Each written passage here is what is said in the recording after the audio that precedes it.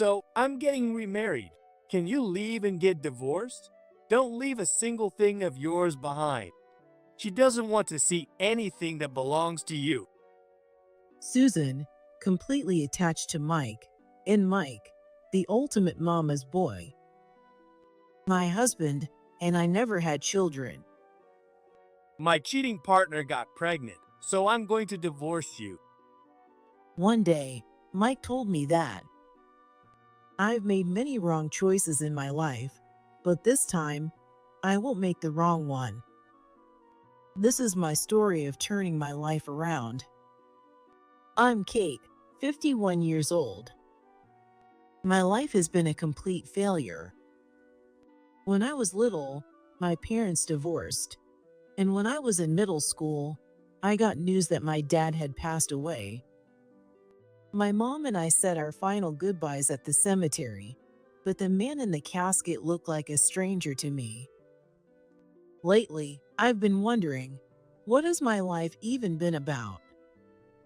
When I was 30, I married my husband, Mike, who was 3 years younger than me. Mike also grew up in a single-parent household with just his mother. However, unlike my mom, who raised me on her own without any child support, Mike's father passed away from an illness about a year after Mike started working, so his situation was a bit different from mine. He had cancer insurance and had already started working, so my mom has been a stay-at-home mom ever since. When I went to meet Mike's mother, Susan, before the wedding, she said to me, Mike can be a little spoiled sometimes, so I'm happy someone responsible like you is marrying him. Newlyweds should have time to themselves, so don't worry about me. I thought she was an understanding person, so I decided to marry Mike. I thought I could get along well with her, even though I might end up living with her. But when our marriage was decided, and we had to look for a new house, Mike said, I'm worried about leaving my mom alone, so I'd like us to live together. We'll probably have kids in a few years anyway, and then we'd end up living together. It wasn't just the idea of wanting to live together. The way he said it also bothered me. Probably in a few years. Did he really need to say probably? Still, I figured it might be nice to have someone at home to help out, especially since I plan to keep working for the time being, so I agreed to live with his mom. After high school, I got a job at a local delivery company near my mom's house because I didn't want to burden her financially. I like driving, and I thought it suited me better than doing office work. At first, I delivered small packages in a small car, but before long, I was driving larger trucks and earning more than most women my age. Mike worked in general affairs department at one of the companies I frequently delivered to. He was decent looking in his own way and had a gentle demeanor. Kate, you're always so full of energy. Whenever you come by, it feels like you bring some of that energy with you. I found myself liking him after that. Eventually, he asked me out for dinner, and we started dating. We got married when I was 30, and Mike was 27. By the way, I've always seemed to attract slightly mama's boyish, needy guys. I've been a truck driver, played basketball in high school, and at 5'7" and 145 pounds, I'm pretty solidly built for a woman. Maybe it's just a stereotype, but I feel like strong masculine men who exude confidence prefer more delicate women, and they don't really go for someone like me. In fact, Mike seemed like a slightly timid mama's boy. However, after we got married, I realized he wasn't just a little bit of a mama's boy. He was very much one. And while I thought he was shy and gentle, he turned out to be quite selfish and bossy. We started our married life in Mike's family's rental apartment.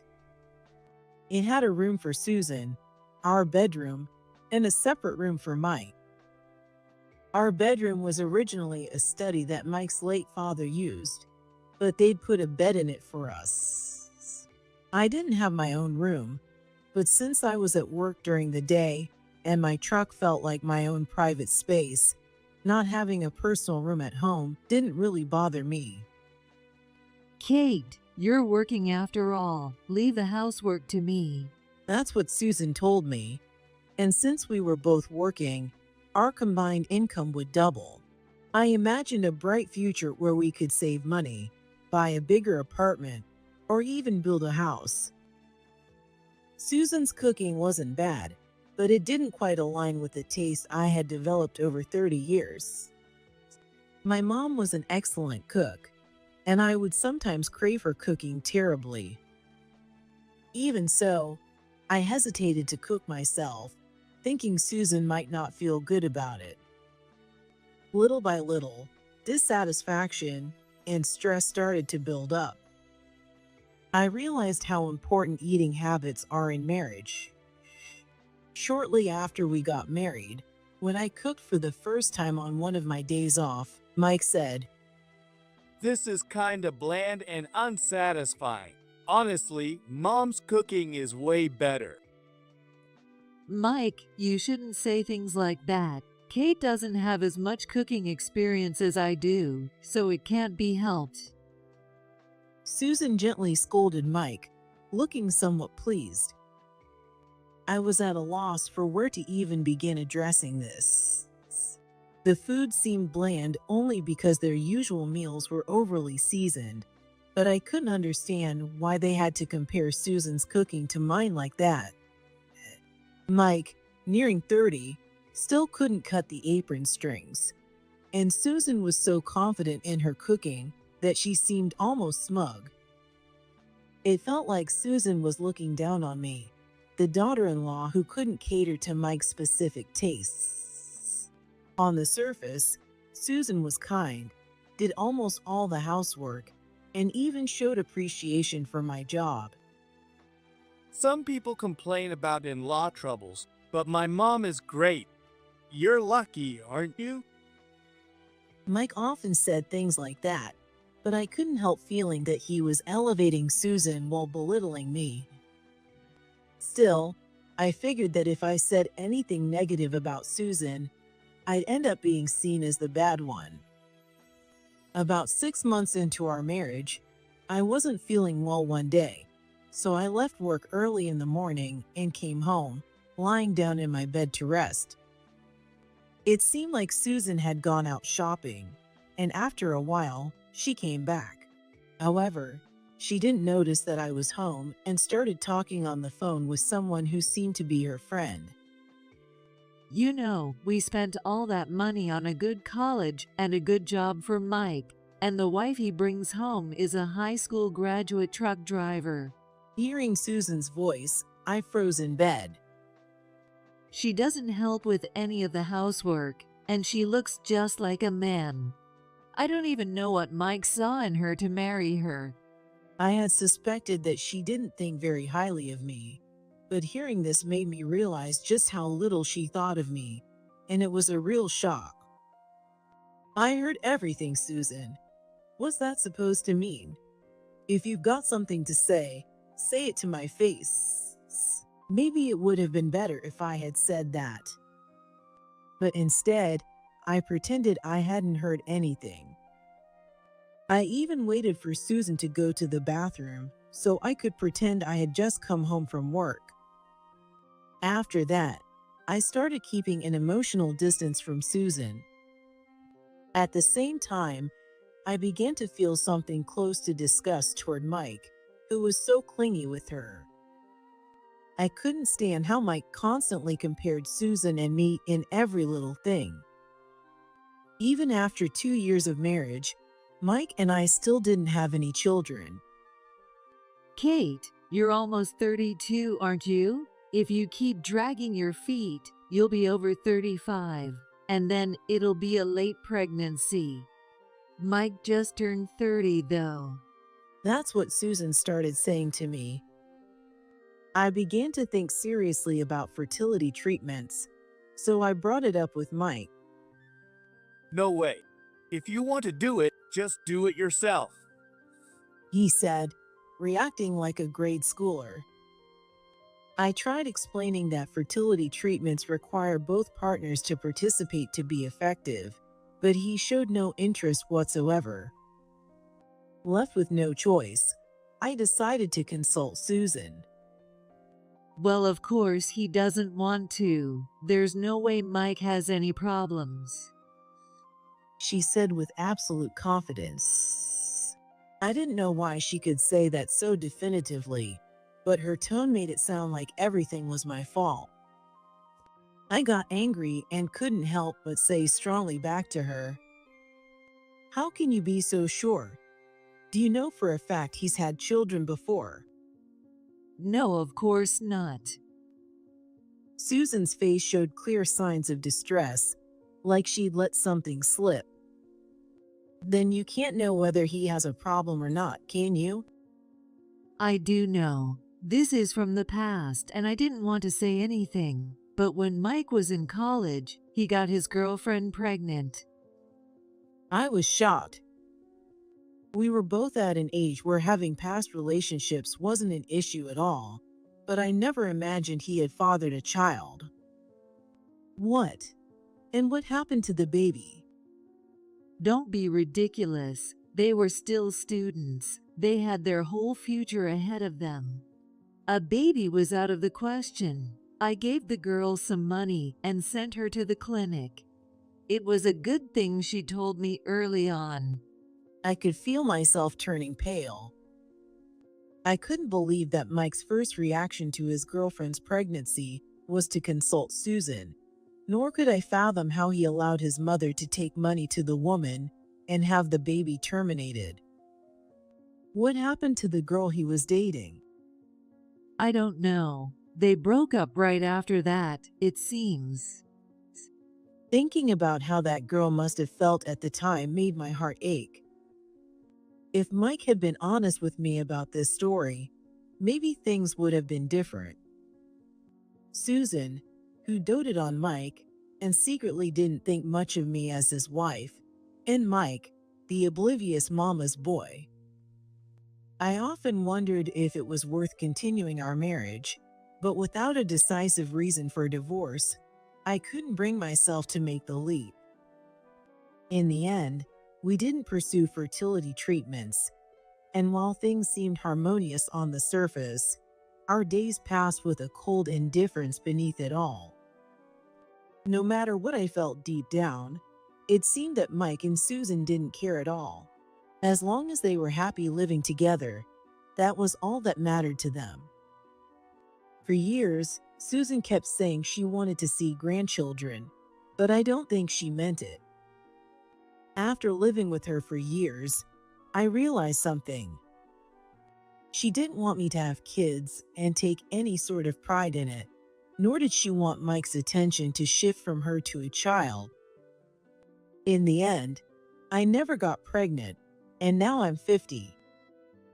The only significant change was that we built a house when I was 40. At least our jobs were going well, and neither of us had expensive hobbies, so we decided to get our own home. Looking back, maybe it would have been better to decide on divorce instead of building a house. Even though we managed to put down a large deposit, we couldn't pay for the house outright, so we had to take out a mortgage. That ended up tying us down. Still, the new house had a room of my own, giving me a personal space where I could spend my time, and that satisfied me to some extent. Mike didn't abuse me, neglect his job, or gamble. I told myself there were plenty of women out there enduring far worse husbands and carried on. Nowadays, the three of us no longer eat together, and Susan has stopped preparing meals for me. I no longer feel the need to be considerate of her and simply cook and eat whatever I like. I was still working as a driver, had moved up in my job, and earned a decent income. My life was comfortable. But recently, I started to suspect that Mike might be seeing someone else. Surprisingly, I didn't feel jealous or angry. If anything, I thought it might finally lead to a divorce. I even packed a suitcase with my essentials and left it in the closet, ready to grab it when the day came. Life, they say, is a series of choices and decisions. I'm sure I faced many such moments. Maybe I didn't always make the right choices, but who can say for sure? I'm not particularly unhappy, nor am I especially happy. I'm not wealthy, but I'm not poor either. Having passed the halfway point of my life, I sometimes wonder if this life I've lived has been good enough. One day, Mike said to me, So I'm getting remarried. Can you leave and get divorced? Don't leave a single thing of yours behind. She doesn't want to see anything that belongs to you. "So it's finally happening," I thought, feeling completely indifferent. She's pregnant. A useless wife who couldn't even have kids has no place here. Leave immediately. Susan added, dismissing me coldly. As always, Susan was firmly on Mike's side, and their close-knit mother-son bond remained unchanged. "Understood," I said, pulling out my phone and making a call. "Hello, I'm leaving the house now. Please arrange for the move." What? Mike and Susan were stunned as I arranged for the move in 2 seconds flat. The reason I could handle this sudden divorce so calmly goes back about a month. It was my day off, and I had gone shopping at a shopping complex near the train station. Suddenly, I heard a voice behind me. Excuse me, may I have a moment of your time? I turned around to see a tall, distinguished gentleman with graying hair standing there. "Yes, I'm not interested in sales, solicitations, or religion, if that's what this is about." That's what I usually say when a stranger approaches me in a public place. It's not sales. I have something I'd like to discuss with you. He looked kind, but his sharp eyes gave him an air of intensity. "What is it?" I asked, thinking it couldn't possibly be a pickup attempt. The words he spoke next took me completely by surprise. Mike is having an affair. I'd like to discuss it with you. "What?" I wasn't as shocked by the news of his affair itself as I was by the fact that a complete stranger was the one telling me. I'd had my suspicions about Mike's infidelity, so this wasn't particularly surprising. Intrigued, I decided to hear the man out, and we went to a nearby coffee shop to talk. I deeply apologize for bringing this up so suddenly. As he said this, the gentleman handed me his business card, which bore the title of CEO of a prominent local company and the name Robert. Having worked as a driver in this area for many years, I knew about it. Drivers often share client information with each other, and this practice is quite extensive. It's primarily to avoid potential trouble. The company Robert managed was once founded by a group formerly referred to as a gang, but had since transformed into a legitimate, successful business. To the public, it appeared to be just an ordinary company, and most people probably had no idea of its past. However, the company seemed to employ more than a few employees with rather intimidating appearances. I felt a cold sweat forming. Could it be that Mike got involved with the wife of someone dangerous in this company? But that wasn't the case. The woman Mike is having an affair with is my sister, Emma. There's quite an age gap between them, though. What? This was unexpected. Not his wife, but his sister. Noticing my puzzled expression, Robert slowly began to explain. 5 years ago, Emma lost both her husband and her 5-year-old son in a car accident caused by her husband's driving. The story started with something I had not anticipated at all. Emma was severely injured and traumatized by the accident, leading to a mental breakdown. She spent several years in a hospital. She was discharged 2 years ago, and for the past year, she has been working a few hours a day as a waitress at a coffee shop as part of her rehabilitation. It seems that's where she met Mike. It seemed that the coffee shop was part of Robert's restaurant group. His genuine concern for his much younger sister, Emma, and his determination to support her were evident. I'm truly sorry, but Emma is now 3 months pregnant. She's already 43 years old, and she feels that if she misses this chance, she'll never have a child. She is determined to go through with the pregnancy. I know this situation is morally questionable, but after losing both her husband and child, I can't help but feel sympathy for Emma. If possible, I want to help her achieve this dream. Robert pleaded with me earnestly, his expression serious. Sure. What? Robert seemed surprised by my straightforward response. It would be strange to say I'm happy about it, but I'll get a divorce. Mike and I don't have kids, and if there's someone who needs them, then it's probably better that way. Well, but I'm sorry. Thank you. I'll make sure you're compensated appropriately. I knew that when one spouse cheats, it's possible to demand compensation from the affair partner. I don't plan to take anything from Emma. I'll get the compensation from Mike. We've been married for 20 years, built a house, and saved money. I'll make sure we split the assets fairly before I leave. Feeling oddly cheerful, I said this. If you need a lawyer, please don't hesitate to contact me. And if there's anything else we can do, just let me know.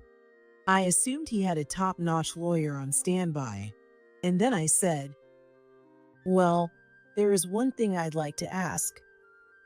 Of course, if it's something I can do. When Mike brings up our divorce, I plan to leave immediately.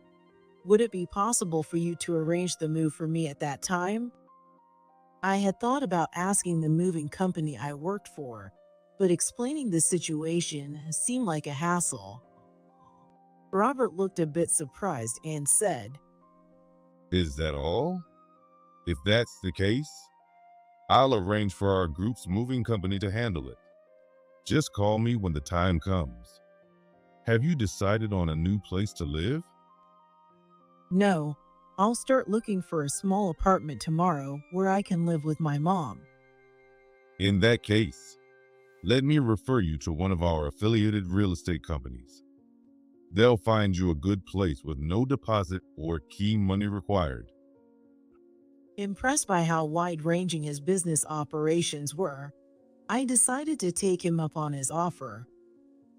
There's one thing I'd like to mention. As his wife, I have to say, Mike isn't exactly a catch.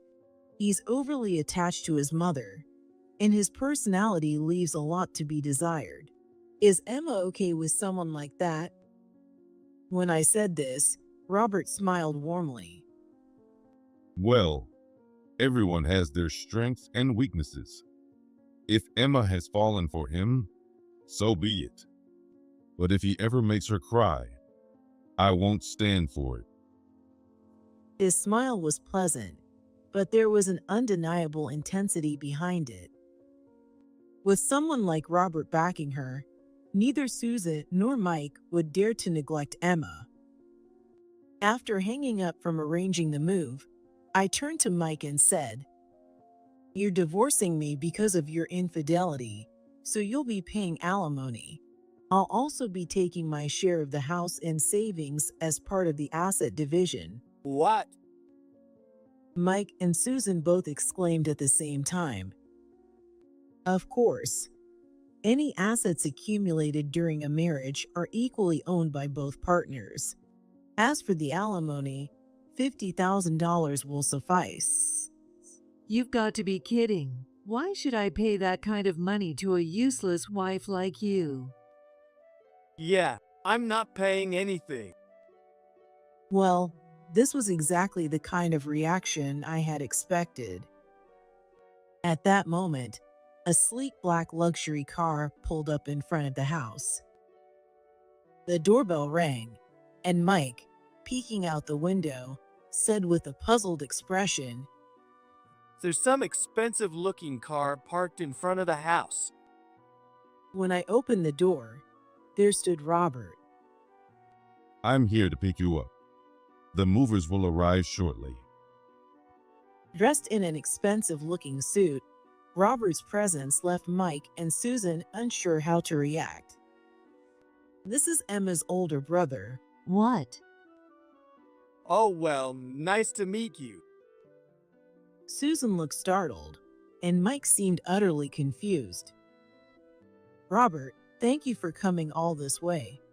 I was just discussing the asset division and alimony, but it seems they have no intention of paying. I see. That's unfortunate. In that case, I'll arrange for a lawyer to handle it. Wait a minute. Why is Emma's brother getting involved in this? And how do you even know him? Robert came to speak with me for Emma's sake. Also, he's the CEO of a major, well-known company in this area. Hearing this, Susan and Mike's faces briefly lit up. Maybe they thought this was their ticket to wealth. He's legitimate now, but he used to be part of a gang. You noticed, did you? Robert chuckled wryly. Well, I've been a driver in this area for years. When you handed me your business card, I recognized the company name immediately. Upon hearing the word gang, Susan and Mike visibly started to panic. Don't worry, it's a proper, respectable company now. But if Emma ends up crying or unhappy, who knows what might happen?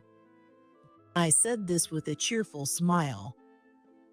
After that, a thoroughly intimidated Mike and Susan reluctantly agreed to the division of assets and the payment of alimony with almost no resistance.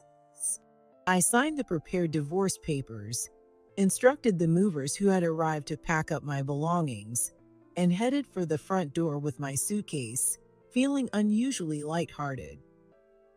Robert arranged for me to stay in a luxury condo near the train station. The spacious interior was already furnished with basic furniture, and the balcony was large enough to play catch-on. Yet, the rent was as low as that of a small studio apartment.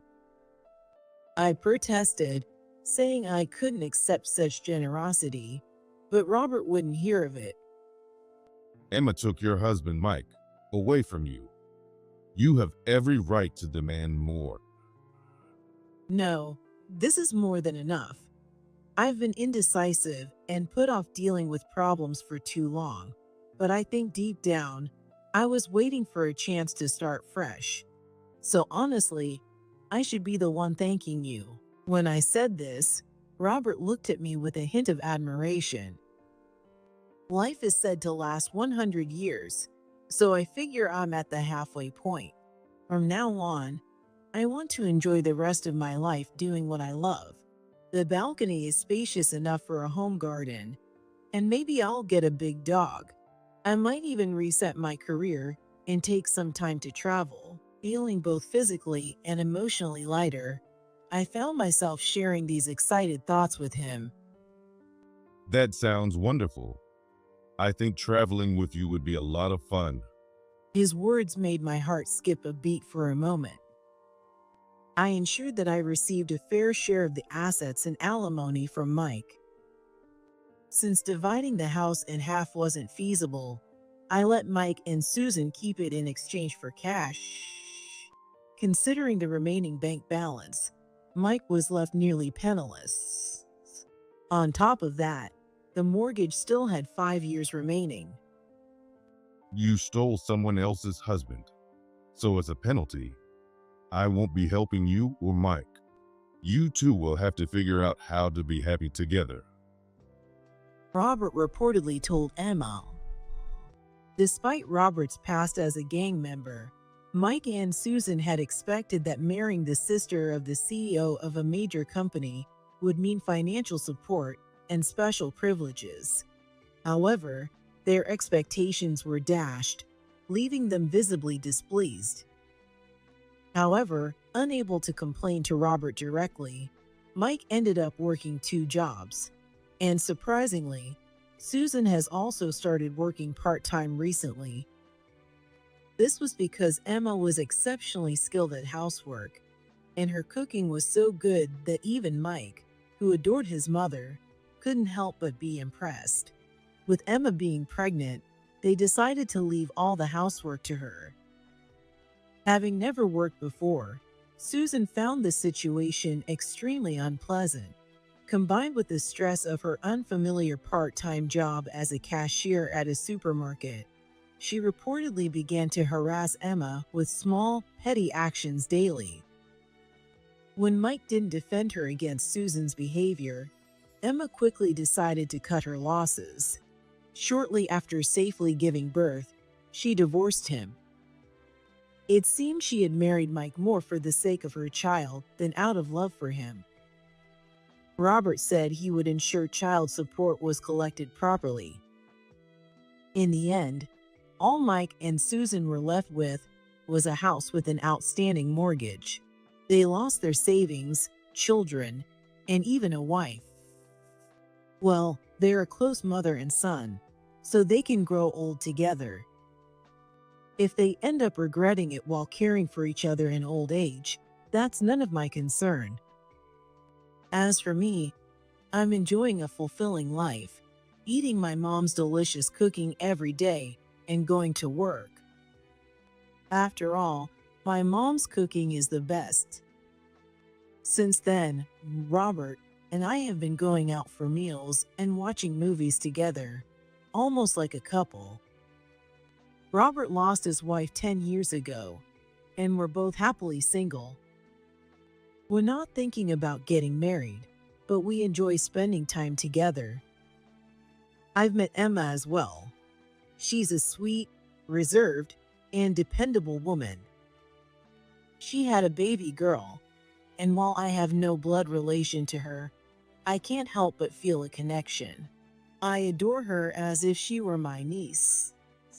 I've been thinking it's time to go on that trip I mentioned before. I've worked at my company for years, so I think they'll let me take some extended time off. I said this over drinks at a private dining room in a restaurant with amazing food. Would it be all right if I joined you on that trip? What? I don't mind, but Actually, why don't we call it a honeymoon instead? really?